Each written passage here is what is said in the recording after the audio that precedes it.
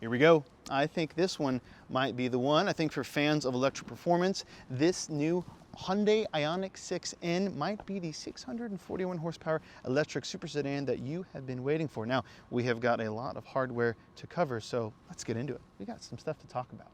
So we've got dual electric motors, in this case 601 horsepower when you're just kind of putting around town, but with the included n-grin boost mode, I know that's quite a mouthful, you'll have 10 seconds of 641 horsepower and 568 pounds-feet of torque. That is one hot Hyundai, holy moly. Hot enough, actually, for a 0 to 60 mile per hour time of just under 3.2 seconds with launch control and a top speed of 160 miles per hour, the latter being pretty dang impressive for an EV.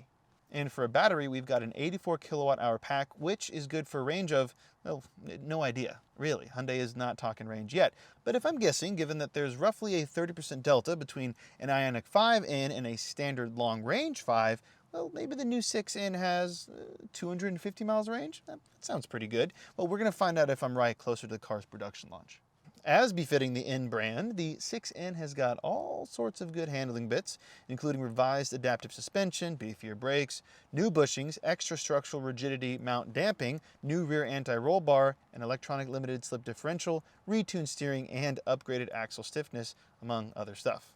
A similar suite of software and drivetrain tuning from the 5N is here, including, that's right, the N brand's signature eShift and active sound tech, which simulates both internal combustion engine noise and transmission shifting. A lot of people think that is pretty cool and was kind of the killer app on the 5N, so that's great news for the new car. Now, inside is generally the same cockpit that we're familiar with on the existing Ioniq 6N, only now it's kind of zhuzhed up with all sorts of performance bits and touches from the existing Ioniq 5N performance crossover SUV. That does include the 5N's aggressive steering wheel with the n-grin boost mode button and the drive mode button, all these active sound buttons here and the shift paddles. Very nice. You've got the signature red and blue accents spritzed throughout the cabin. I also like these performance front seats. The bolstering is kind of aggressive, but not too much, so pretty comfortable. I like the pass-throughs for belts if you wanted to add some, and the illuminated N badge right in the center underneath the headrest. Pretty cool.